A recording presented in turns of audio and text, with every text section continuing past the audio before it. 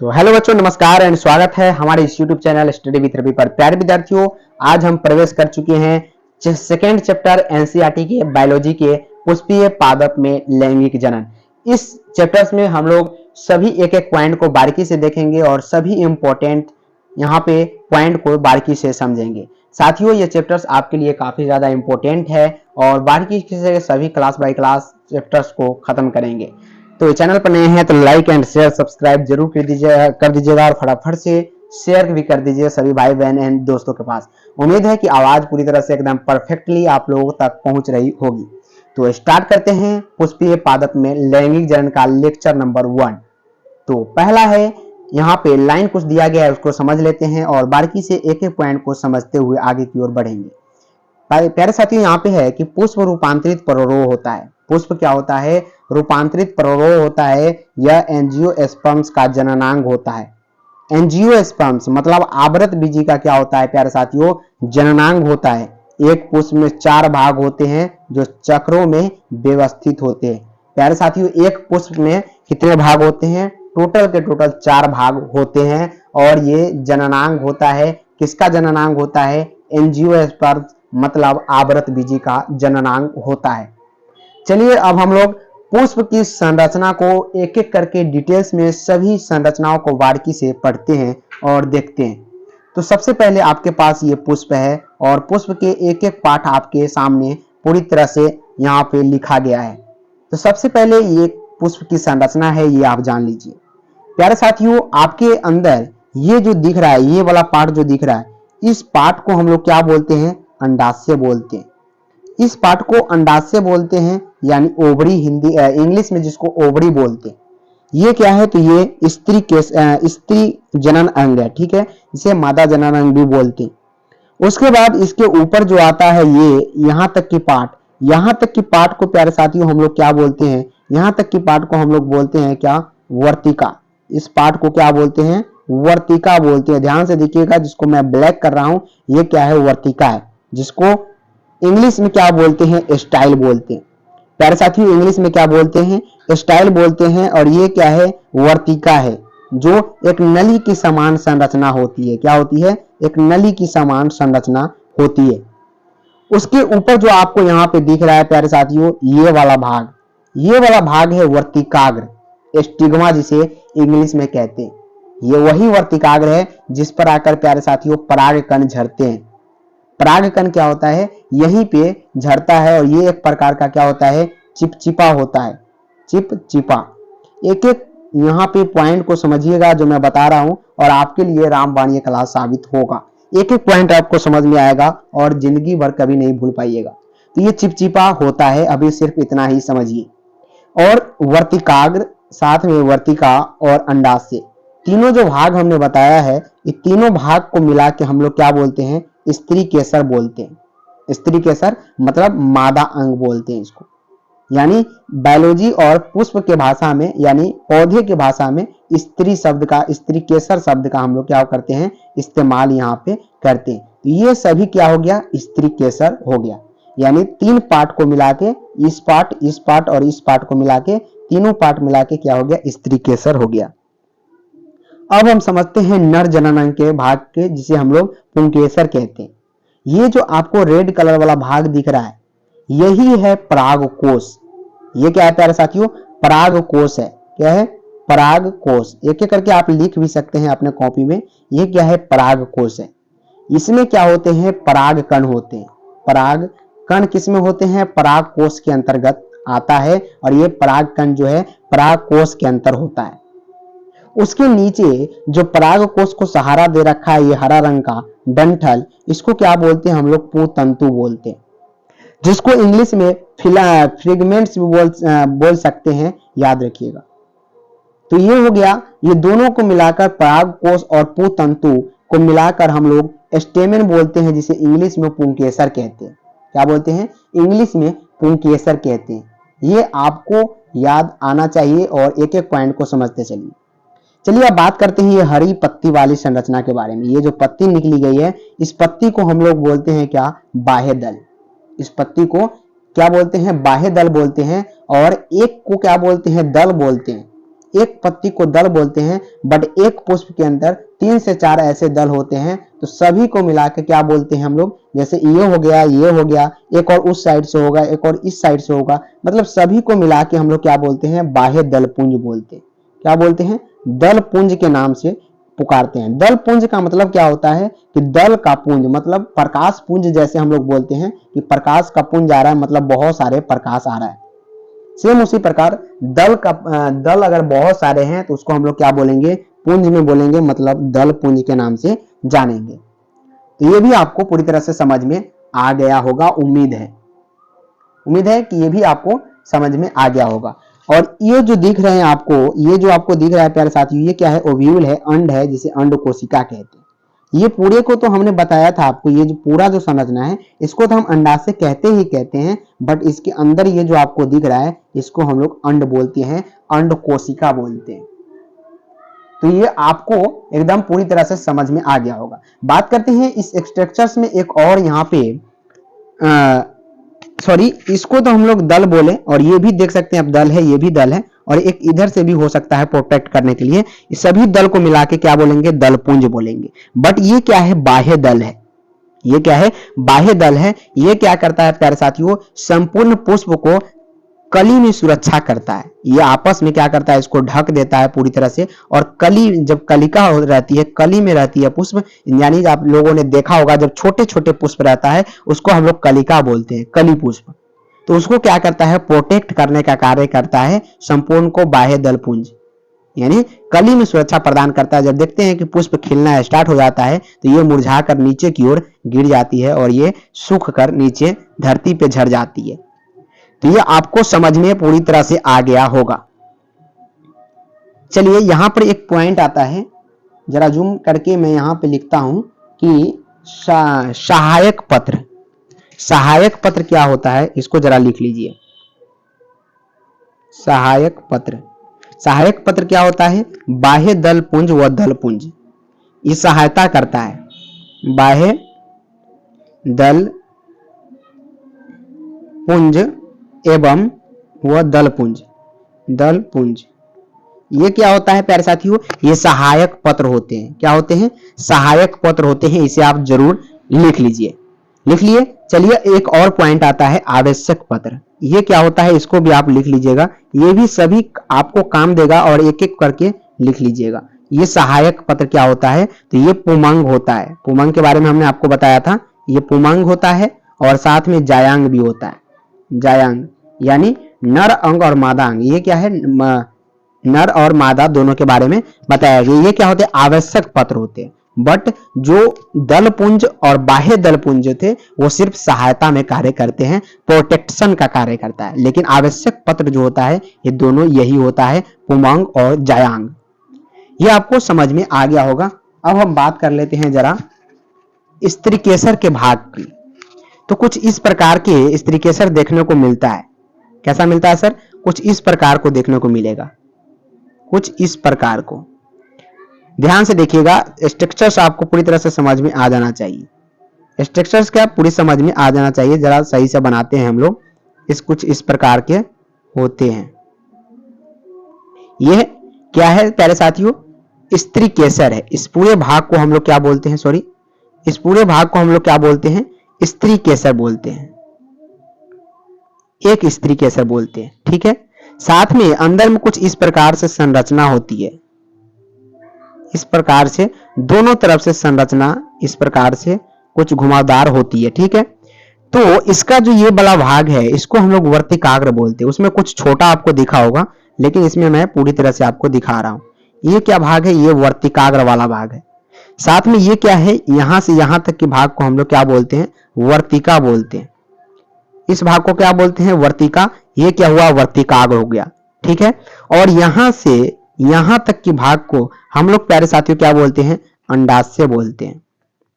ये क्या हो गया, ये आपका अंडाशय हो गया। ठीक है, साथ में प्यारे साथियों ये जो आपको दिख रहा है, ये इस स्ट्रक्चर्स को हम लोग क्या बोलते हैं, तो सर इस स्ट्रक्चर्स को हम लोग बीजांड बोलते हैं।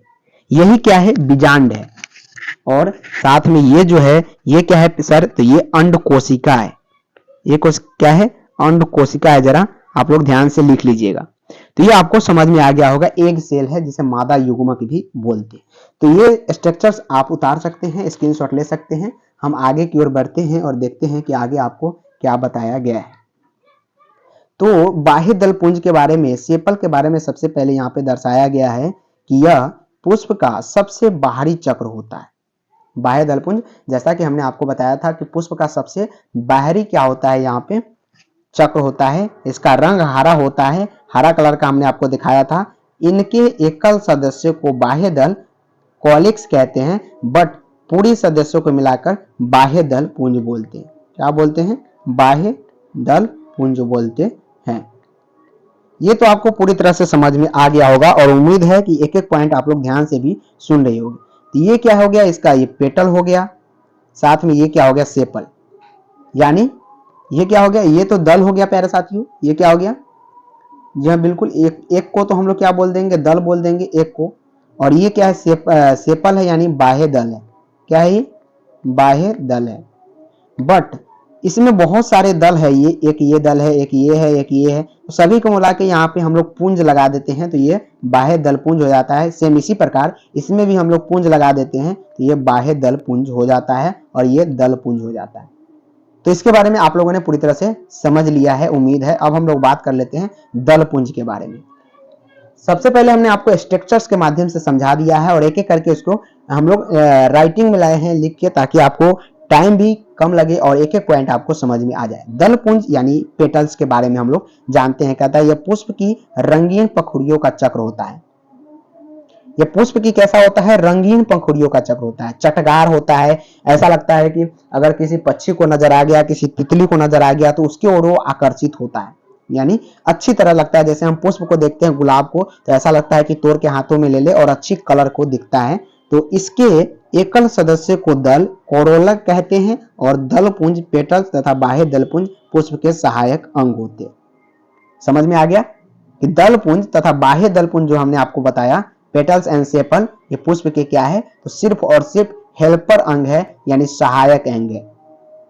समझ में आ गया होगा। जैसे आप देख सकते हैं ये चटकार रंग जो आपको ये दिख रहा है, ये क्या है प्यारे साथियों, ये क्या है, जरा ब्लैक कलर को इस्तेमाल यहाँ पे करते हैं। ये क्या है, ये देख सकते हैं, एक ये है, एक ये है, इसी प्रकार इधर होगा। यहाँ पर देख सकते हैं एक ये है स्ट्रक्चर्स, इसी प्रकार एक इधर से होगा। यानी ये सभी क्या है, ये दल है। ये क्या है, दल है। बट बहुत सारे दल को मिलाकर क्या हम कह सकते हैं, दल पुंज कह सकते हैं। क्या कहेंगे सर, दल पुंज कहेंगे। बहुत सारे दल को मिलाकर हम लोग क्या कहेंगे, दल पुंज कहेंगे। अगला पॉइंट को देखते हैं। कहता है जायांग, जायांग के बारे में, कार्पल्स के बारे में समझाया गया है। उसके बारे में हम लोग ध्यान से समझ लेते हैं कि आखिर कार्पल्स के बारे में हमारा ये एनसीईआरटी क्या कहता है। तो यह पुष्प का मादा जननांग मेल रिप्रोडक्टिव ऑर्गन है।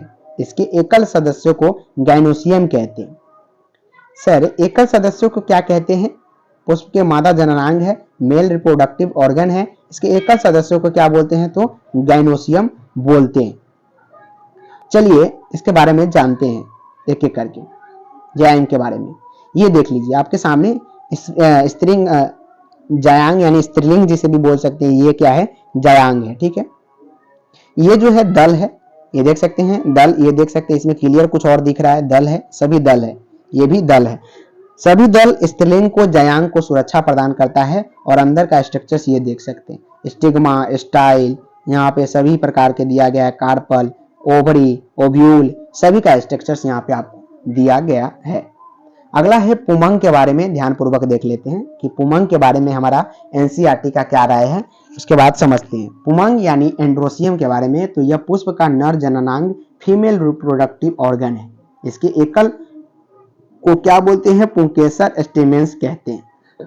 पुमंग को समझ लेते हैं, ये क्या है, इसका कोरेला वाला भाग है, गाइनोसियम भाग ये हो गया इसका, ये वाला। ठीक है, उसके बाद ये जो साइड से निकला हुआ ये एंड्रोसियम है और ये इसका क्या है, कैलिक्स वाला भाग है।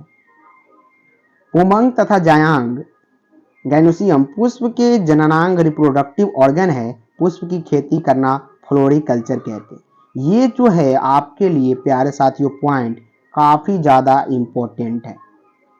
पुष्प की खेती क्या कहलाती है, फ्लोरिकल्चर कहलाती है। इस पर आप हाईलाइट कर लीजिए, स्टार मार्क लगा लीजिए, जो भी लगाना है लगा सकते हैं। पुष्प की खेती क्या कहलाती है, पुष्प की खेती क्या कहलाती है, खेती क्या कहलाती है, बार बार रट लीजिए, फ्लोरिकल्चर कहते हैं। क्या कहते हैं प्यारे साथियों, पुष्प की खेती को फ्लोरिकल्चर कहते हैं। एक नंबर यहां से आपका पक्का हो गया। अगर नीट का एग्जाम अगर आप दे रहे हैं तो नीट के एग्जाम में यहां से 4 नंबर आपके पक्के के पक्के बन जाएंगे। समझ में आ गया? उम्मीद है कि पूरी तरह से समझ में आ गया होगा। अब हम यहाँ पे पुंकेसर की संरचना, स्ट्रक्चर्स ऑफ स्टेमन के बारे में बात करते हैं, लेकिन इसके पहले हम आपको समझाना चाहते हैं एक एक करके, उसके बाद एनसीईआरटी की लाइन हम लोग देख लेंगे पुंकेसर की संरचना के बारे में। कुछ इस तरह के पुंकेसर होते हैं, ध्यान पूर्वक आप लोग यहाँ पे देखिएगा और समझिएगा। टाइम जरा लगेगा बट एक एक करके आपको समझाने का प्रयास मैं करूंगा। ये आप देख सकते हैं, ये जो है ये क्या है प्यारे साथियों, पुंकेसर है। ठीक है, इसको हम लोग क्या बोलते हैं, इसको बोलते हैं परागकोश। इसको क्या बोलते हैं, परागकोश। इसी के अंदर क्या होता है, परागकण होता है। इसको परागकोश बोलते हैं। साथ में इसको सर क्या बोलते हैं, तो इसको हम लोग बोलते हैं पुतंतु। इसको क्या बोलते हैं, पुतंतु बोलते हैं। ठीक है, ये और इस सभी पूरे भाग को हम लोग क्या बोलते हैं, यहाँ पे पुंकेसर बोलते हैं। पुंकेसर, पूरे भाग को क्या बोलते हैं, पुंकेसर बोलते हैं। ये इसका परागकोश वाला भाग है और इस भाग को हम लोग क्या बोलते हैं, तो पुतंतु बोलते हैं। इसका पूछा जाएगा आपसे सर कि पुतंतु का इसका क्या भाग है, सॉरी इसका क्या काम है, तो इसका जो काम है परागकोश को ग्रहण रखना, यानी ग्रहण करके रखना। कहने का मतलब है ग्रहण करना। किसको ग्रहण करना, तो सर ये जो परागकोश आपको दिख रहा है इसको ग्रहण किया हुआ है, देख सकते हैं पूरी तरह से इसको सुरक्षा दिया हुआ है और खड़ा रख रहा है। तो पुतंतु का कार्य है परागकोश को ग्रहण करके रखना। अब हम आगे का स्ट्रक्चर्स देखते हैं, आप इसका स्क्रीनशॉट ले सकते हैं। उम्मीद है स्क्रीनशॉट आप लोगों ने ले लिया होगा। अब हम आगे का स्ट्रक्चर्स देखते हैं। कुछ इस प्रकार के परागकोश हमने आपको बताया था, देख सकते हैं आप। सॉरी, थोड़ा अच्छा से बताना चाहता हूं ताकि आपको एक एक पॉइंट जो है अच्छी तरह से समझ में आ जाए। कुछ इस तरह, ठीक है। कट करने पर ये क्या है, ये है इसका परागकोश। ये क्या है, इसका परागकोश है।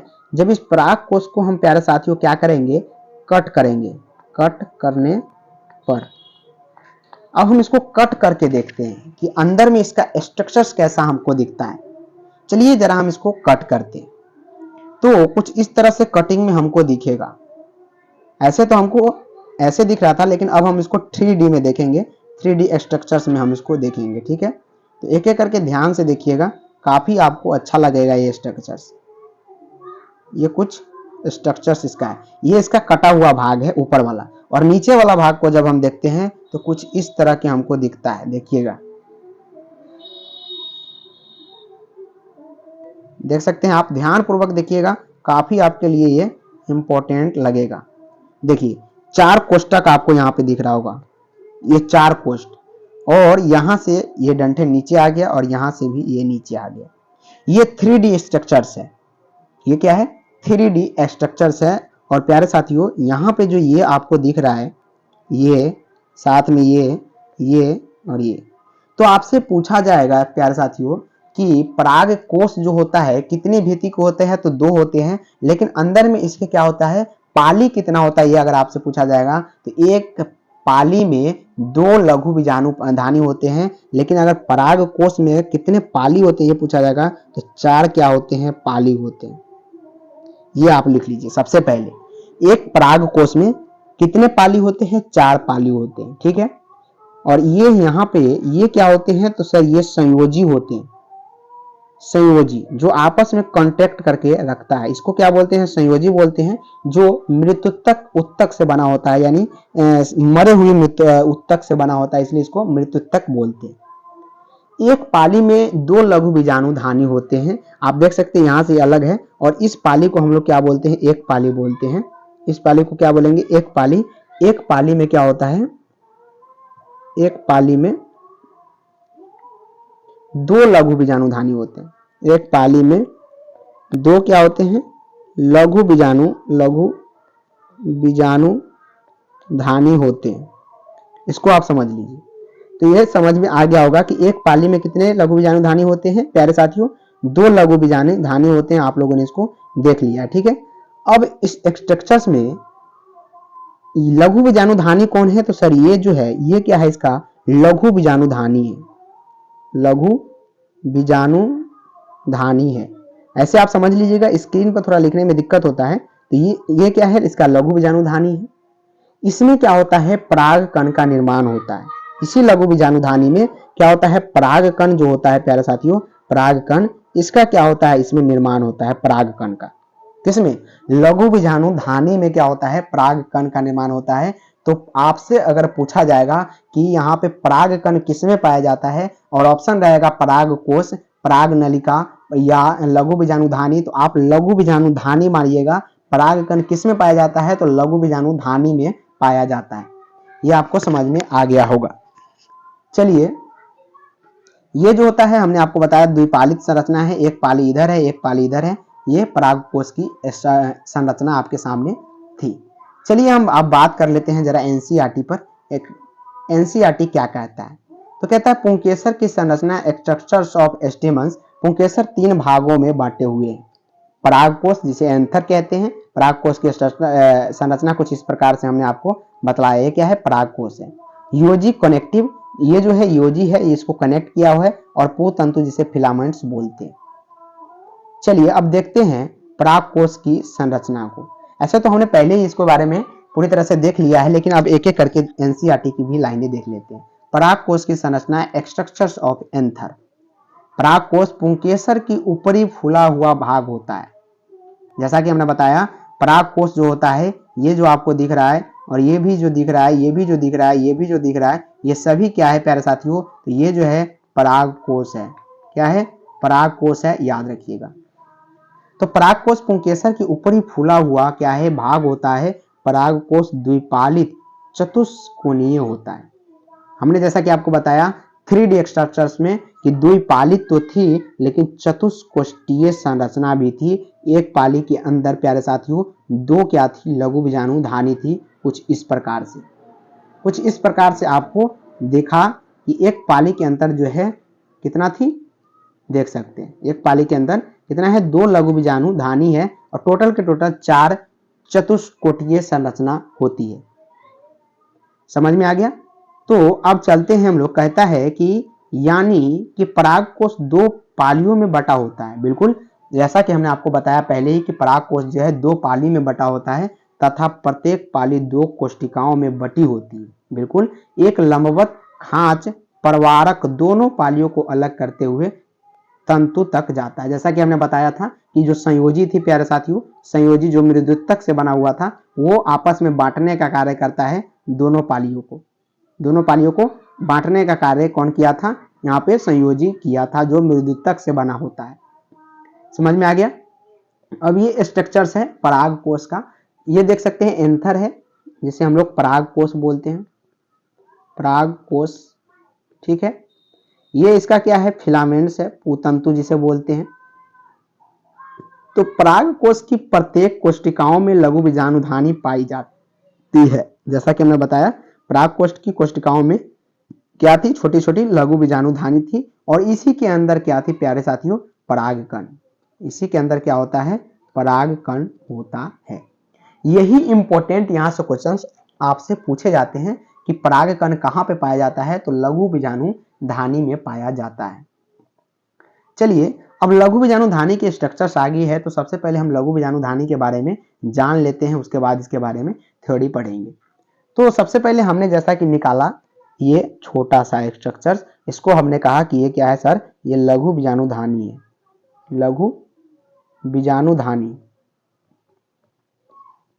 इसी के अंदर क्या होगा? परागकण होगा। तो ये लघु बीजाणुधानी क्या करता है? इसके जब स्ट्रक्चर्स देखिएगा तो कुछ इस प्रकार के आपको दिखेगा। ये लघु बीजाणुधानी है, ये छोटा कोशिका रहता है, फिर ये आपस में बढ़ता है और ये बड़ा हो जाता है और ये फिर से 2 बराबर विभाजित हो जाता है। इसको बोलते हैं अर्धोस्तरी। क्या बोलते हैं? अर्धस्तरी कोशिका, कोशिका आकार में बड़ा होकर क्या बनाता है, परपशु कोशिका। इसको क्या बोलते हैं, परपशु कोशिका। परपशु कोशिका ये क्या होता है, आकार में डेवलपमेंट करता है अधोस्तरीय कोशिका और परपशु कोशिका में विभक्त हो जाता है। फिर विभाजित दो भाग में होता है। विभाजित क्या होता है, दो भाग में होता है। कौन कौन सा दो भाग में विभाजित होता है, ये वाला परपशु कोशिका दो भाग में विभाजित होता है। पहले वाले ये भाग है, इसको हम लोग बोलते हैं प्राथमिक द्वितीय कोशिका। प्राथमिक, आप लोग जरा लिख लीजिएगा जो मैं बोल रहा हूँ, प्राथमिक द्वितीय कोशिका। और दूसरा को क्या बोलते हैं, यहाँ पे प्राथमिक पुबीजाणु जनन सेल, यानी बीजाणु जनन सेल भी इसे हम लोग बोल सकते हैं। ये लघु बीजाणुधानी की संरचना हुई। और एक बात और, पुंकेसर को हम लोग एक चीज और कह सकते हैं, और ये काफी ज्यादा इंपॉर्टेंट है। ये क्या हुआ, पुंकेसर। इसको पुंकेसर को प्यारे साथियों हम लोग क्या कह सकते हैं, पुंकेसर को बिल्कुल लघु बीजाणु, जी हाँ लघु बीजाणु पर्ण भी बोलते हैं। क्या बोलते हैं, पर्ण, लघु बीजाणु पर्ण भी कहते हैं। किसको, पुंकेसर को लघु बीजाणु पर्ण भी बोलते हैं। तो समझ में आ गया इसके बारे में, लघु बीजाणुधानी के बारे में। चलिए अब एनसीईआरटी की कुछ लाइनें हैं उसको भी देख लेते हैं। तो कहता है लघु बीजाणुधानी माइक्रो एस्पोरोजिनस जीनम। तो लघु बीजाणुधानी एक थैली है जिसमें लघु बीजाणु का निर्माण होता है।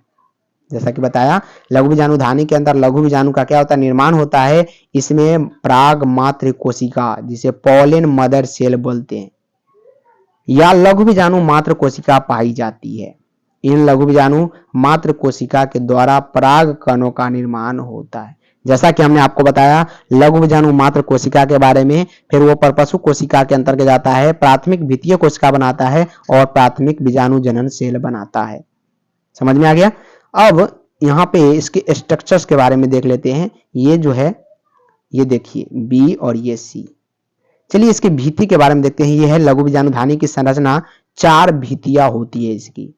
कौन कौन भित्ति होती है जरा देख लेते हैं। सबसे पहला होता है बाह्य त्वचा। प्यारे साथियों, बाह्य अस्तर होता है, फिर मध्य अस्तर होता है, जरा इसको देख लीजिएगा। ये क्या है, बाह्य अस्तर क्या है, ए है। बी क्या है प्यारे साथियों, यहाँ पे मध्य अस्तर है। और सी क्या है, टेपिटम है। टेपिटम का कार्य क्या होता है, यहाँ पे ये टेपिटम है। ये क्या है, टेपिटम है। ये क्या करता है, भ्रूण को पोषण देता है। भ्रूण को पोषण देने का कार्य कौन करता है, तो टेपिटम करता है। ठीक है, तो अब हम इसके एक एक करके देख लेते हैं क्या कौन किसका क्या कार्य है इसके बारे में। तो बाह्य त्वचा एंडोडर्म्स का क्या कार्य है, तो कहता है यह सबसे बाहरी परत है जो लघु बीजाणुधानी की सुरक्षा का कार्य करता है। सबसे जो बाहरी परत ए था वो लघु बीजाणुधानी के क्या करता है प्यारे साथियों, सुरक्षा करता है। बाह्य स्तर सुरक्षा प्रदान करता है। समझ में आ गया। तो ये आप देख सकते हैं, ये सुरक्षा प्रदान करता है। चलिए अंतस्थिसियम एंडोस्थिसियम क्या कार्य करता है, तो यह बाह्य त्वचा एपिडर्मिस के अंदर की ओर पाई जाती है। यह सुरक्षा तथा परागकोश के स्फुटन का कार्य करता है। बिल्कुल मध्य स्तर जो होता है अंतस्थिसियम जिसे बोलते हैं, 1 से 3 लेयर तक होता है। कितने, 1 से 3 लेयर तक होता है। और ये क्या करता है, स्फुटन में भी मदद करता है, किसको, परागकण को। और अंतस्थिसियम इसको बोलते हैं, याद रखिएगा। ठीक है, तो ये आपको समझ में आ गया होगा। स्ट्रक्चर्स आप ये देख सकते हैं। मध्य परत का क्या कार्य है इसको भी समझते हैं। तो यह अंतस्थिसियम एंडोस्थिसियम के अंदर की 2 से 3 कोशिकाओं की परत होती है। जैसा कि हमने बताया कि ये 2 से 3 कोशिकाओं की परत होती है। कौन, मध्य परत। ये देख सकते हैं मध्य परत, मिडिल लेयर 2 से 3 लेयर की परत है। स्फुटन में मदद करती है, साथ ही साथ अंतस्थिसियम भी इसे हम बोल सकते हैं। टेपिटम का क्या कार्य है उसको भी देख लीजिए। जैसा कि इसका उल्लेख हमने पहले ही कर दिया है और सभी आपको समझ में भी आ गया होगा। तो यह मध्य परत के अंदर की ओर परत होती है। कौन, टेपिटम। यह बहुकेंद्रकीय तथा सघन जीव द्रव्य वाली कोशिका से बनी होती है। बहुकेंद्रकीय होती है, इसलिए इसका एक फायदा है कि ये क्या करता है प्यारे साथियों, यहाँ पे परागकण को क्या करता है, पोषण देने का कार्य करता है। बहुकेंद्रकीय होता है और पोषण देने का कार्य करता है टेपिटम। ये एक सवाल आपसे पूछा जाता है कि टेपिटम का क्या कार्य है, तो पोषण देने का कार्य है। ये इसका स्ट्रक्चर से देख सकते हैं, ये टेपिटम का ये जो है इसका फिलामेंट्स है, जैसा कि हमने बताया। इसमें पॉलन से एक है लघु बीजाणुधानी, ये पॉलन है, इसके अंदर एक में 4 आपको दिख रहा है पॉलन, और इसके ऊपर से एपिडर्मिस है, सबसे बाह्य परत, और उसके बाद है फेब्रस लेयर है, उसके बाद पॉलन मदर सेल लेयर है, आपको नजर आ रहा होगा। और लास्ट में क्या है, यहाँ पे टेपिटम है। यही टेपिटम क्या करता है, पोषण देने का कार्य करता है। चलिए टेपिटम का कुछ कार्य है उसके बारे में भी जान ही लेते हैं आज की क्लास में। कहता है इसका कार्य बीजाणु जनन ऊतकों को पोषण प्रदान करना होता है। इसके द्वारा वसा युक्त U20 कणों का स्त्राव किया जाता है, जिन कणों में एस्पोरोपोलिन होता है। अगर आपसे पूछा जाए कि पृथ्वी पर सबसे कठोरतम पदार्थ क्या है पृथ्वी पे, तो एस्पोरोपोलिन होता है। ये जो होता है बीज के ऊपर का आवरण होता है। अगर कोई भी पेड़ पौधे का बीज है, अगर प्राकृतिक में से छोड़ दिया जाए जिस पर एस्पोरोपोलिन है, तो ये कभी भी नष्ट नहीं होगा, चाहे इस पर कितने भी अम्ल का वर्षा हो जाए, कितने भी आप रासायनिक अभिक्रिया करा लें, लेकिन एस्पोरोपोलिन को विघटित करने के लिए आज तक इस दुनिया में एक भी एंजाइम पैदा नहीं लिया। अगर इसी प्रकार आपसे मानव में पूछा जाएगा कि सबसे कठोरतम पदार्थ क्या होता है एक मनुष्य में, तो इनेमल होता है। क्या होता है, इनेमल, जो मनुष्य के टीथ पर लगा होता है, यानी दांत पे लगा होता है। तो ये इंपॉर्टेंट पॉइंट है कि एस्पोरोपोलिन को प्यारे साथियों, ये कोई भी ऐसा पदार्थ अभी तक नहीं आया है या ऐसा एंजाइम नहीं आया है जो इसको विघटित कर सके, तथा साथ ही इसके द्वारा IAA इंडोल एसिटिक अम्ल हार्मोन का स्त्राव होता है। यह आपको समझ में पूरी तरह से आ गया होगा। अब हम बात कर लेते हैं योजी के बारे में। यह परागकोश को पुतंतु से जोड़ता है। जैसा कि आपने देखा था परागकोश था, और ये परागकोश को क्या कहता था, योजी, पुतंतु से यहाँ पे जोड़ने का कार्य करता है। ये भी समझ में आ गया होगा। पुतंतु क्या होता है, फिलामेंट्स। तो ये जो है यह तंतु पुष्प से पुष्पासन से जुड़ा रहता है। अब हम लघु बीजाणु जनन के बारे में एक एक करके समझ लेते हैं जरा, 1 मिनट। तो चलिए परागकण है, लेकिन लघु बीजाणुधानी को भी समझ ही लेते हैं। लघु बीजाणु जनन के बारे में समझ लेते हैं, एस्पोरोजेनेसिस के बारे में। कहता है पराग मात्र कोशिका पॉलन मदर सेल से लघु बीजाणु यानी माइक्रोस्पोर बनने की प्रक्रिया लघु बीजाणु जनन यानी माइक्रोस्पोरोजेनेसिस कहलाती है। लघु बीजाणु जनन क्या होती है, पराग मात्र कोशिका से अगर लघु बीजाणु जनन बनने की प्रक्रिया लघु बीजाणु जनन कहलाती है। ये आपको समझ में आ गया होगा। कहता है कि पुष्प के बनने के समय जब पुंकेसर बन रहा होता है, तो इसकी लघु बीजाणुधानियों में बीजाणु जनन उत्तक एस्पोरोजेनेसिस टिश्यूज होते हैं, पाए जाते हैं। इन बीजाणु जनन उत्तक यानी एस्पोरोजेनेसिस टिश्यू में पराग मात्र कोशिका PMC होती है, याद रखिएगा। PMC शॉर्टकट में यह नाम काफी यूज होता है, याद रखिएगा। इसका फुल फॉर्म पराग मात्र कोशिका होता है। समझ में आ गया होगा, ये आप देख सकते हैं स्ट्रक्चर्स। तो कहता है पराग मात्र कोशिका PMC में अर्धसूत्री विभाजन से 4 अगुणित लघु बीजाणु, जिसे N बोलते हैं, माइक्रोस्पोर बनते हैं, जो एक साथ एक ही भित्ति में व्यवस्थित होते हैं, जिसे लघु बीजाणु चतुष्क टेट्राड कहते हैं। हमने आपको बताया था एक लघु बीजाणु धानी के अंदर कितने कोष थे, टोटल 4 थे, और 4 के अंदर भी 4 लघु यहाँ पे क्या थे, लघु बीजाणु थे, यानी माइक्रोस्पोर थे। लघु बीजाणु चतुष्क टेट्राड की भित्ति कैलोज नामक कार्बोहाइड्रेट से बनी होती है। कौन से, कैलोज नामक कार्बोहाइड्रेट से बनी होती है। और लघु बीजाणु चतुष्क टेट्राड की प्रत्येक कोशिका में समसूत्री विभाजन माइटोसिस होता है, जिससे 2 कोशिका युक्त कायिक और जननी कोशिका परागकण का निर्माण होता है, यानी पॉलन का निर्माण होता है। परागकण का स्फुटन, डिहेसेंस ऑफ पॉलन ग्रेन, तो इसके बारे में भी देख ही लेते हैं। उसके बाद परागकण पर हम लोग अगले क्लास में बात करेंगे। तो कहता है पराग कोश यानी एंथर से परागकण पॉलन ग्रेन का बाहर निकलना स्फुटन कहलाता है। ठीक है, स्फुटन अगर आपसे पूछा जाए कि क्या होता है, तो पराग कोश से परागकण को बाहर निकलना ही स्फुटन कहलाता है। पराग कोश की टेपिटम व मध्य परत मिडिल लेयर जो होता है वो नष्ट हो जाती है। अंतःस्थितियम की कोशिकाओं में जल की हानि से उसकी कोशिका भित्ति सिकुड़ जाती है, जिससे क्या होती है, कोशिका में एस्टोमियम पर दबाव पड़ता है, जिससे न इन कोशिकाओं में दरार हो जाती है एवं परागकण मुक्त हो जाती है, स्फुटित होती है और बहुत सारे परागकण निकल जाते हैं।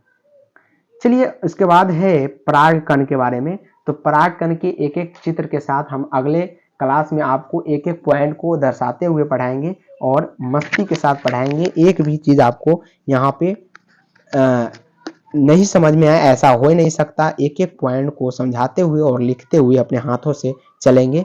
उम्मीद है कि आज का क्लास आप लोगों को काफी अच्छा लगा होगा। अगर अच्छा लगा है तो कमेंट करके जरूर बताइएगा, ताकि हमें और भी ज़्यादा मोटिवेशनल मिले, मोटिवेट मिले और फिर से कल की क्लास में धमाकेदार तरीके से आपके सामने आ पाऊँ। तो मिलते हैं अगले सेशन में, तब तक के लिए जय हिंद एंड जय भारत, जय बिहार। पढ़ते रहे और बोर्ड को फोड़ते रहे, साथ ही साथ नीट को भी फोड़ते रहे। तो bye bye and take care.